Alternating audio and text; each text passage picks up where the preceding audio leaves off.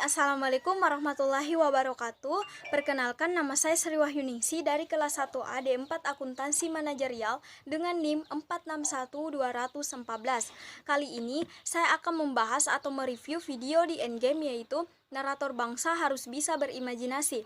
Endgame sendiri adalah sebuah talk show dan podcast terbaru yang mampu mengajak kita untuk mengeksplor lebih jauh sudut pandang orang-orang yang membentuk narasi hari ini dan masa depan. Pertama-tama, izinkan saya untuk memperkenalkan tokoh-tokoh dalam video tersebut. Yang pertama adalah pemilik akun YouTube Bapak Gita Wirjawan, adalah seorang pengusaha, negarawan, banker investasi, dan pegiat sosial dari Indonesia. Beliau pernah menjabat sebagai Menteri Perdagangan pada Kabinet Indonesia Bersatu II era Presiden Bapak Susilo Bambang Yudhoyono, dengan lawan bicaranya yaitu Bapak Mardigu Wowik Prasetyo, di mana beliau adalah salah satu businessman sukses di tanah air, seorang pengamat intelijen dan seorang YouTuber. Dalam talkshow itu, Bapak Mardigu Wowik Prasetyo ini bercerita tentang kecintaannya terhadap Indonesia, budaya membaca, dan pentingnya imajinasi. Ketika dua orang berilmu, berwawasan luas, inspiratif, bertemu dan bertukar pikiran, maka akan menghasilkan sebuah pembahasan yang berkualitas. Karena topik pembicaraan yang menurut saya lumayan berat, mungkin akan membuat beberapa orang sulit mengerti dan bertanya-tanya apa sih sebenarnya yang dibahas oleh mereka. Termasuk saya sendiri yang susah untuk menangkap pembahasan mereka.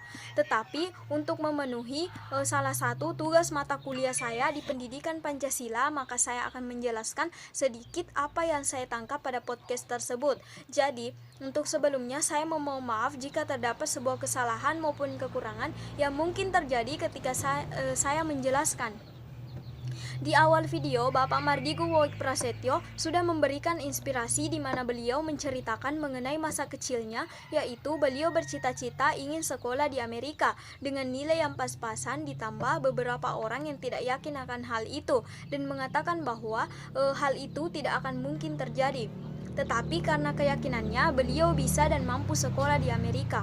Dari situ, menurut saya kita dapat memetik bahwa untuk bercita-cita yang tinggi itu tidak salah dan tidak mengapa, yang penting diimbangi dengan doa, ikhtiar, dan keyakinan. Dari situ jugalah saya memetik bahwa nilai tidak mengukur kecerdasan dan kesuksesan dari seseorang.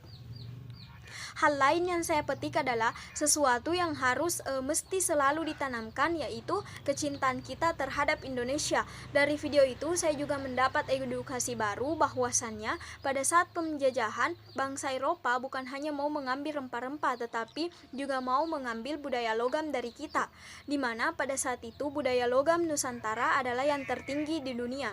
Bisa dibuktikan dengan adanya alat musik pada saat itu yang terbuat dari logam seperti misalnya gong dan gamelan. Menurut Pak Gita Wirjawan, banyak sekali orang Indonesia yang merangkul social science dibanding dengan empirical science, yang mana sekarang istilahnya lebih dikenal dengan STEM, yaitu Science, Technology, Engineering, Matematik. Merangkul STEM itu supaya kita bisa meningkatkan produktivitas, efisiensi, dan menambah nilai tersendiri. Mengingat saat ini kita masih jauh tertinggal dibanding dengan negara-negara maju lainnya dalam hal penguasaan teknologi. Saat ini juga kita perlu menanamkan budaya membaca, di mana hal pertama yang harus dilakukan juga adalah memunculkan narator-narator yang imajinatif agar narasi yang dihasilkan dapat mengajak pembaca maupun pendengar terbawa ke dalam alur cerita yang sedang dibaca maupun didengar. Atau dengan kata lain, ketika kita membaca atau mendengar sebuah narasi, kita juga memainkan yang namanya theater of mind dalam pikiran kita.